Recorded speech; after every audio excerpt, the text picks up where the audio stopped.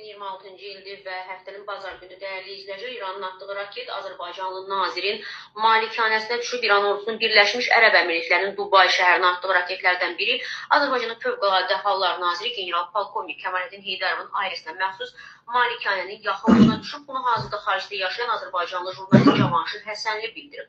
Onun sözlərinə görə Amerika-İsrail-İran müharibəsini və ilk günü İranın atdığı raketlərdən... Hər nəsə uzun-uzadı danışmaq istəmirəm, qardaş.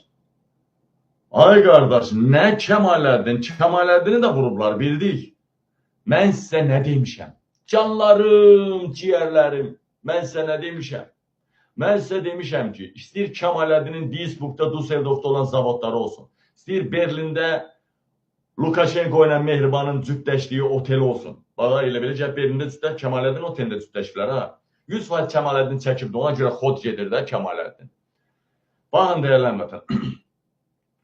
Mən nə demişəm? Ölkə daxilində, ölkə xaricində vurulan məmur, vurulmayan məmur hamısının daşınan əmlakının maya dəyərinin daşınan daşınmaz əmlakının maya dəyərinin qazancının da 80% İlham Əliyevin.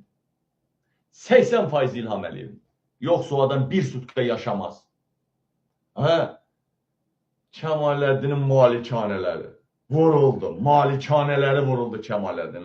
Nə danışırsınız? İlham Əliyevin malikanələri vuruldu deməyə diliniz gəlmirmi?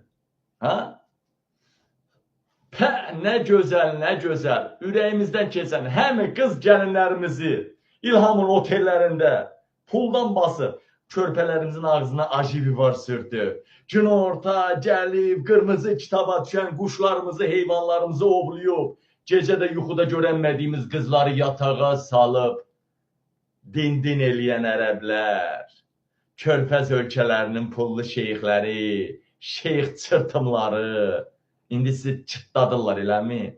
Oh be! O bölgələrə həsrət qalacaqsınız.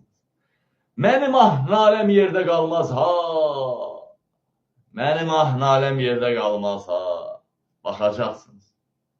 Ora şam-şum olacaq. Orada şeyx-meyx qalmayacaq. Ora ingilisləşəcək, ora yahudiləşəcək. Orada olar o. Orada qalmayacaq.